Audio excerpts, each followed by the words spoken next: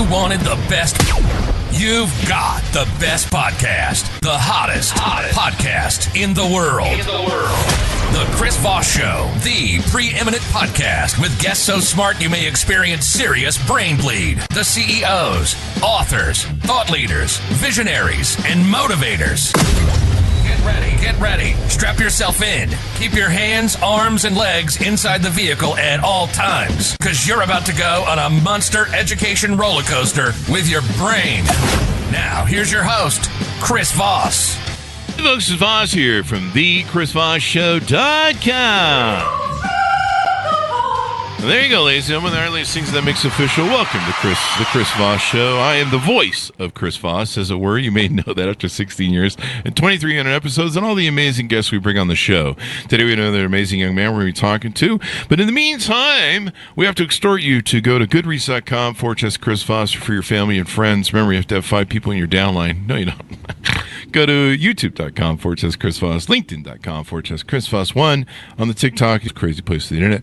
Opinions expressed by guests on the podcast are solely their own and do not necessarily reflect the opinions of the host or the Chris Voss Show. Some guests of the show may be advertising on the podcast, but it is not an endorsement or review of any kind. We've got a young man on the show. We're going to be talking about his company and what he's doing and how he's doing, and get some advice from him on how to do some of the stuff he does.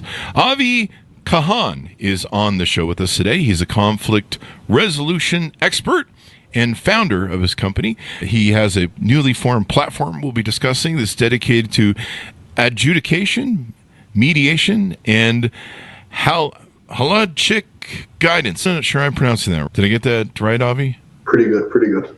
There you go. With years of experience navigating high conflict cases, he brings a nuanced approach to dispute resolutions, blending legal insight with deep understanding of interpersonal dynamics. Through his talks, Avi explores the complexities of conflict, offering practical strategies and thought-provoking discussions to help individuals and communities find clarity and resolution. Welcome to the show, sir. How are you?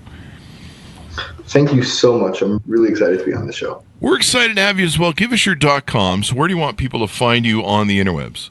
So I'm creating a new platform right now, which is vadhadinvahora.com.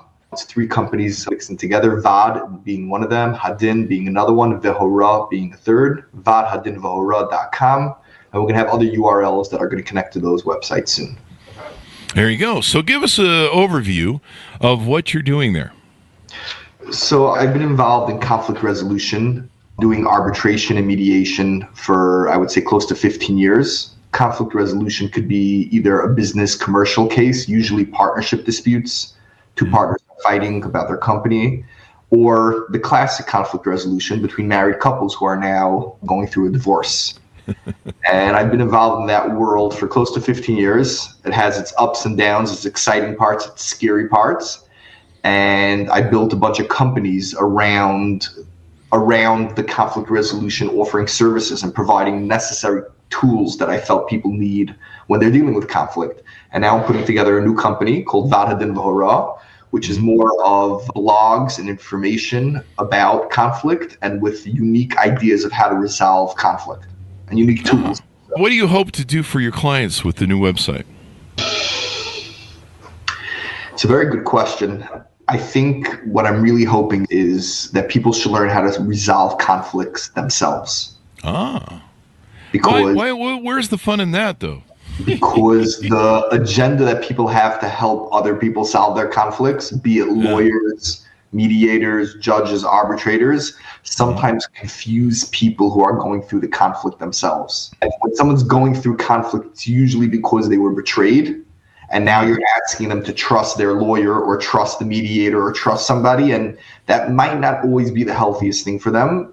And I'm trying to figure out a system of do-it-yourself conflict almost. Resolve conflict on your own. Have all the tools you need necessary, especially with AI.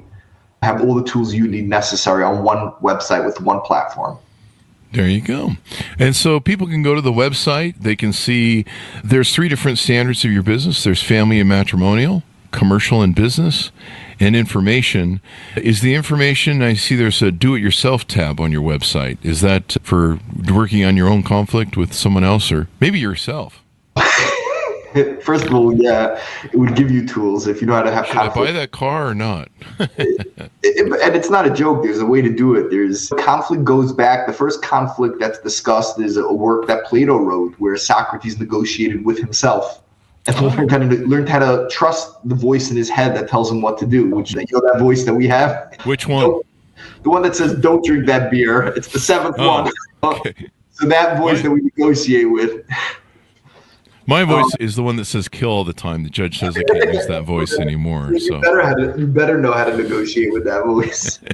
So that conflict with somebody else is just like having conflict with yourself. But the do-it-yourself is an AI system, and I think I'm going to be able to create an AI system that will help people navigate with conflict when they're having conflict with other people. Instead of just relying on a lawyer or a mediator or a judge, you could actually rely on your own intuition a little bit. Yeah, rely on your own intuition a bit. I think you're right. A lot of people, we need to get better at conflict resolution and sometimes just talking to other people. In my gaming community recently, there was an issue where a bunch of people made some assumptions about someone doing things and created a narrative that they believed. And when really they could have just called up the person and said, hey, are you doing what we are paranoid you're doing, or are you not doing that?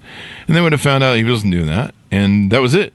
A lot of people don't want to conflict. They don't want to, I don't know if confrontation is the right word, but they don't want to get face to face with people. And this is probably a skill we need to learn more of, at how to do conflict resolution before it comes to nuclear war and divorce and having to pay somebody, like you say, to fix your problems.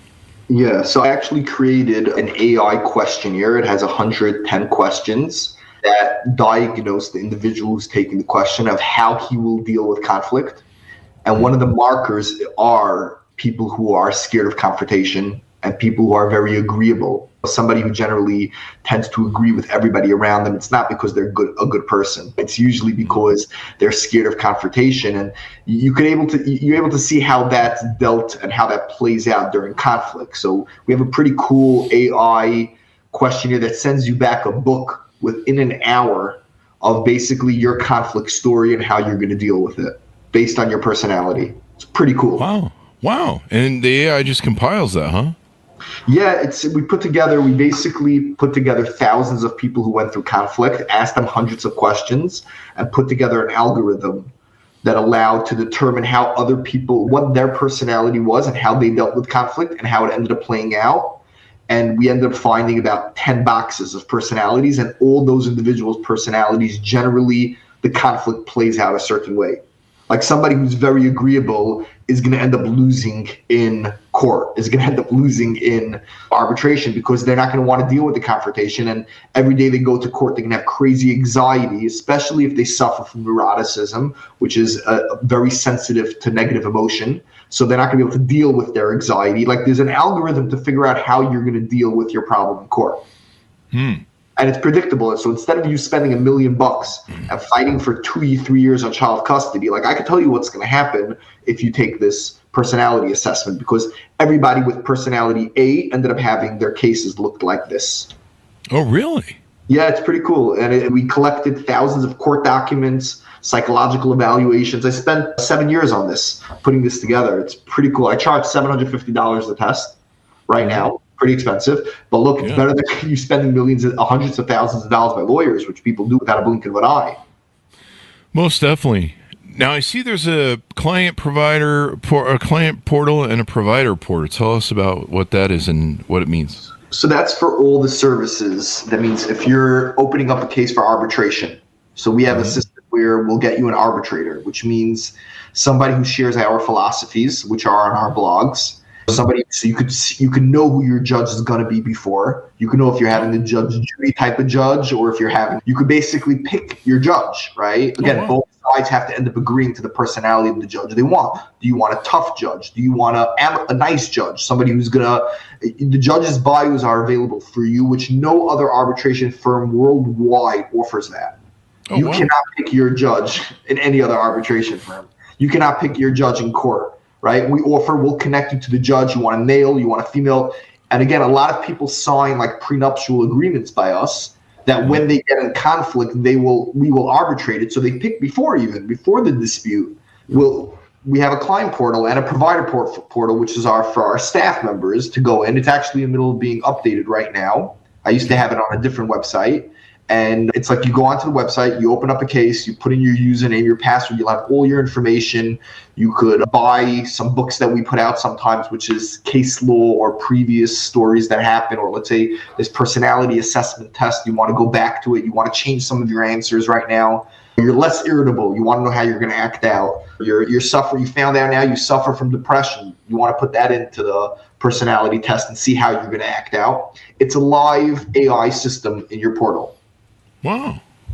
That's pretty amazing. And so people can do that, see where they're at. Can I check on people that maybe I want to find out, say I'm dating someone or thinking about marrying somebody, I can check their personality to see what the propensity is for divorce? Is that possible? No, so you should know I do get phone calls. I do get phone calls very often. I do get phone calls very often from people who saying, hey, I heard this people mediated their divorce by you or arbitrated. I want to know how they act out. And it's very difficult how to answer, because when you're arbitrating a divorce or you're mediating a divorce, you see the worst of the person, and only the worst of the person. Only because you have a person sharing the worst of their spouse to you. They're not sharing. They're not like, oh, my wife, she was an amazing wife. So you're hearing the worst, and people usually, when people trigger you about your worst, it's probably true, right? Because we all have that.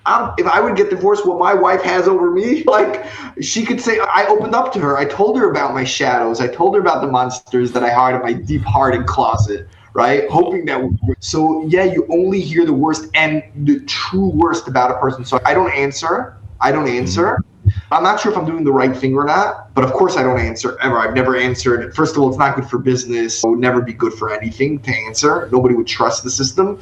But you know what? I'm curious if maybe we're supposed to be putting out reports if somebody really acts out disgusting and tyrannical and fraudster and a pathological liar and a psychopath. Maybe the public should be warned. But as of now, no, we don't share anything with anybody. Yeah, or at least tell me on Tinder what's going on with whoever I'm asking out. It'd be great if you could get those profiles. I remember one time, you see, a lot of my divorces, not anymore, but in the beginning, were from the religious community, because the religious Jewish community doesn't like using the court system. So I already had an advantage. No religion likes using the court system. Catholics, Muslims, they all prohibit going to secular court. So you capture that community in arbitration and mediation much more than any other community. And I had a case where a lady came after she was diagnosed with HIV positive in a radical religious community.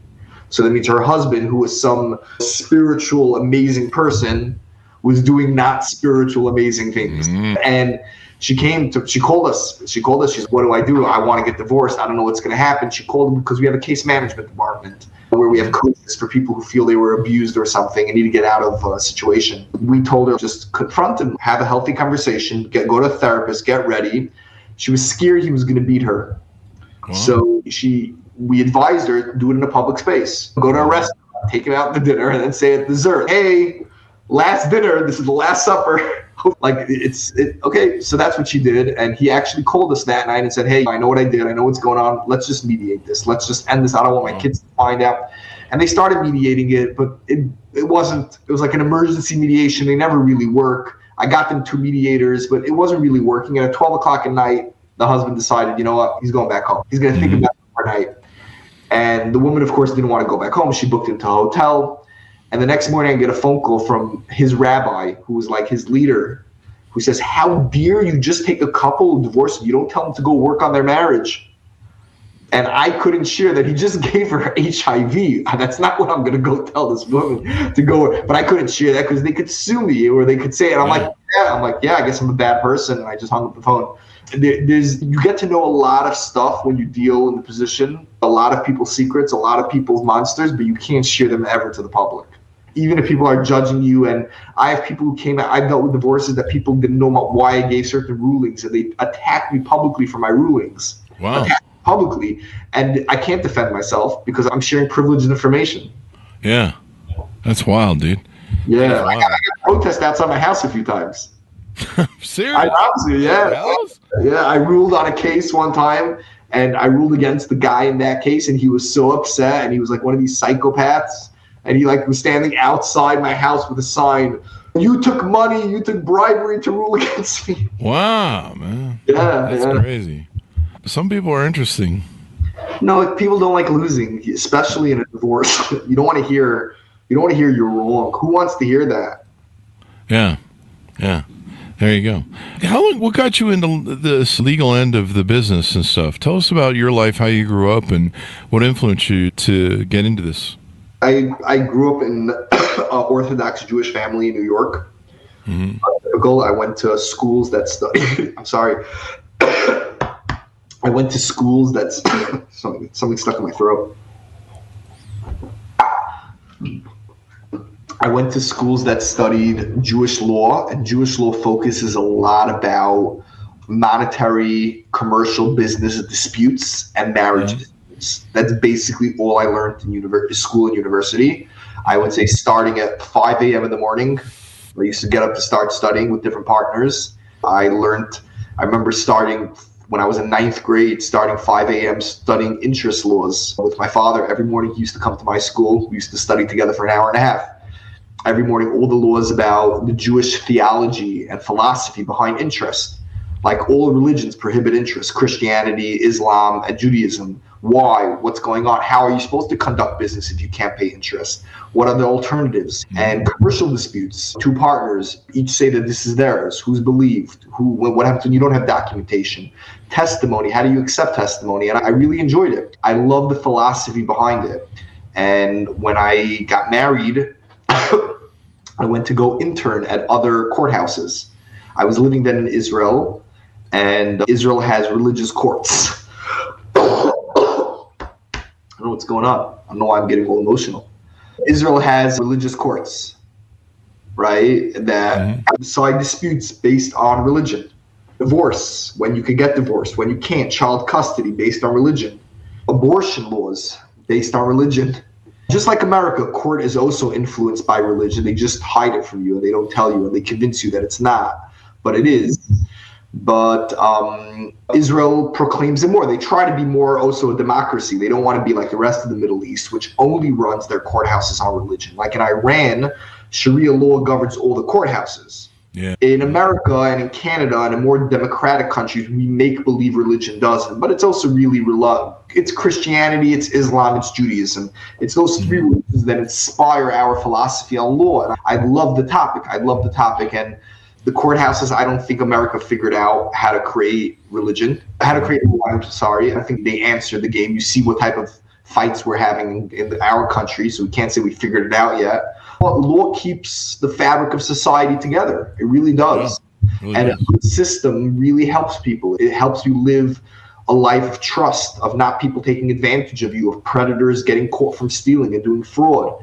And based on philosophy, like I see court cases where I see the judges' biases to their philosophy, and I'm like, dude, I don't think you understand it properly. Like, you're missing the boat. Do you go after someone for inflating his assets to make it look more valuable to get a loan? That's a philosophical idea. The bank says I didn't lose money, but do you say what's a lesson for further people? These are real deep philosophical questions, and I love using these philosophical theories to help people resolve their conflicts. Definitely. There you go. And so now you're in this business, and what made you create this website? Like, what was the proponent where there's got to be maybe a better way? So I went through something interesting 2-3 years ago. So 2-3 years ago, I came up with an idea. Really 5 years ago, I came up with an idea that I was watching the judges send cases of child custody to therapists for evaluations. Oh, wow. And I went to study the therapist, how they study in school to do evaluations. And I went to ask the judges that I met, that I got to know, that heard of me and what I was doing, that was sending cases to me. I asked them, like, what do they want to see in the evaluation? And it wasn't the same thing. What the therapists were providing was not what the judges wanted to see. So I decided to open up my own mental health clinic to be able to provide evaluations. And it took a while to open up. It's very complicated how to open up a Medicaid government reimbursed clinic. And I opened it up under a first cousin of mine, friend, under his name. He was the investor. He raised the money for me. We needed to raise a lot of money. We had to buy a property. It was very complicated. And we got in a dispute, myself and my partner, and he stole my company from me. Oh, no. Yeah. He stole my clinic from me, and it was my fault. I didn't have my documentation in order because I so trusted him. He was my best friend. He was my cousin. Wow.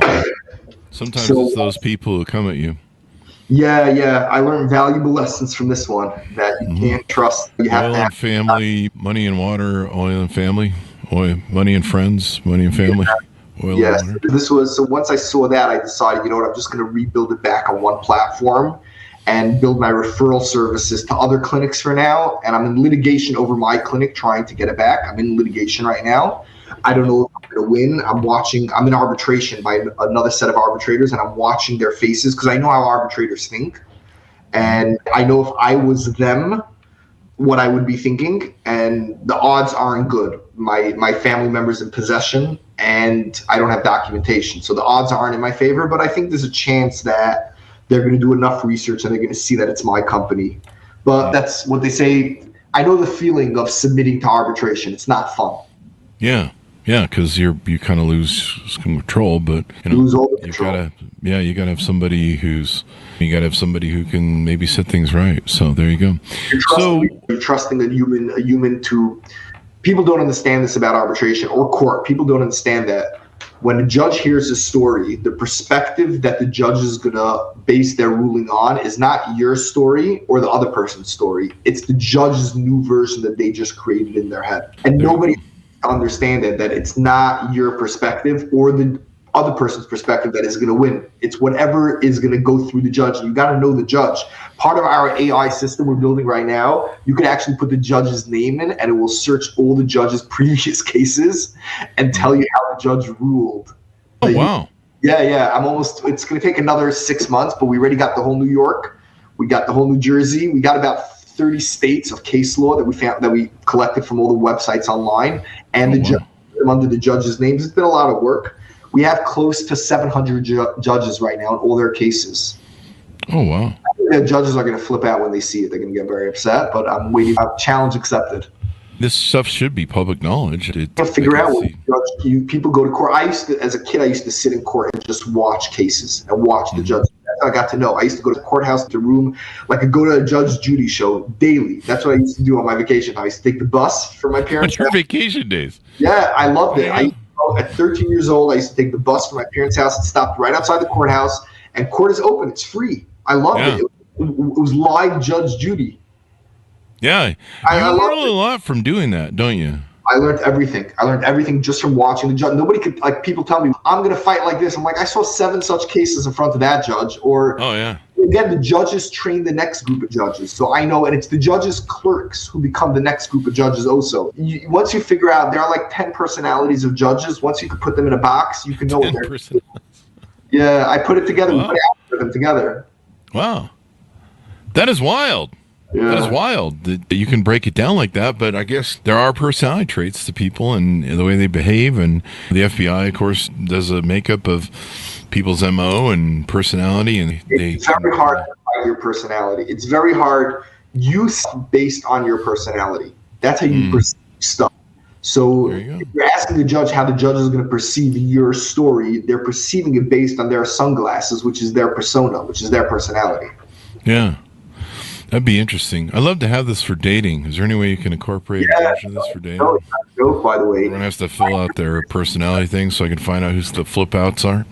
No, you're not going to find out who the flip outs are. You're going to find out how compatible you are to the person. Oh, compatible. Yeah. You're just as crazy as the person you're dating. That's what I want to do. I want to find out how crazy they are. So that's good. Oh, yeah. Fuck around, find out. What are you going to do? Yeah, you know what? In your life like that, you end up in my office. That's true. I've known a lot of dudes who've ended up that way from living that life that way. I think we're hitting 67% by heterosexual marriages are at 67%. Is it 67% for first marriage divorce now? You should know what's crazy. Straight marriages are at 67. Gay marriages, man to man, is at 33. Lesbian marriages are the worst. Are the high 80s%. Yeah. It's not because it doesn't mean anything against women. It's just that women are more sensitive to negative emotion. So women trigger divorces more than men. 90% of divorces are triggered by women. Not by women, yeah. The women are at fault. Sometimes the man makes her open up a case, but it's always opened by the woman. I can tell you, all our cases, 90% are opened up by women, or 95%. Wow. Yeah.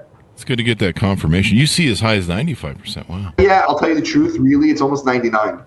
Why do you think that is? Do you have any thoughts on that or ideas? Men don't need to get divorced. Think about it. For thousands and thousands of years, men married 3-4 women.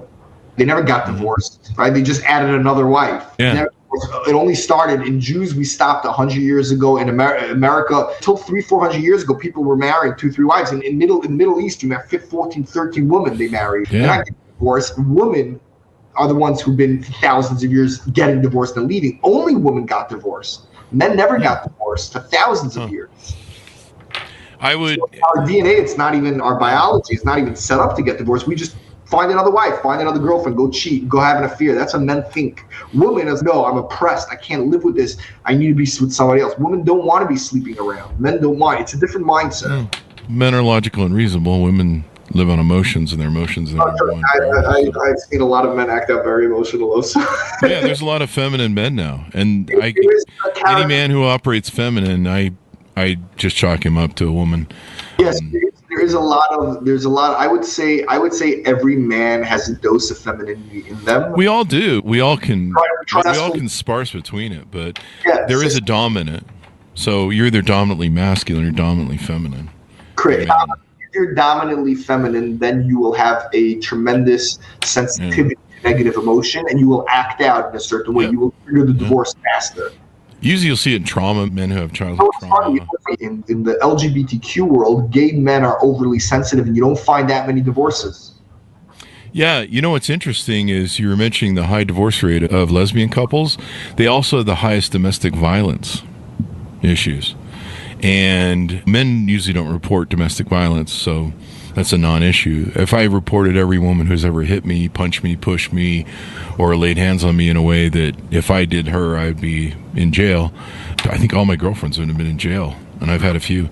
So it's funny. It's people are like, what's the problem in the whole dating and marriage thing? If women have the highest domestic violence, it might tell you where they're at. That's just my joke.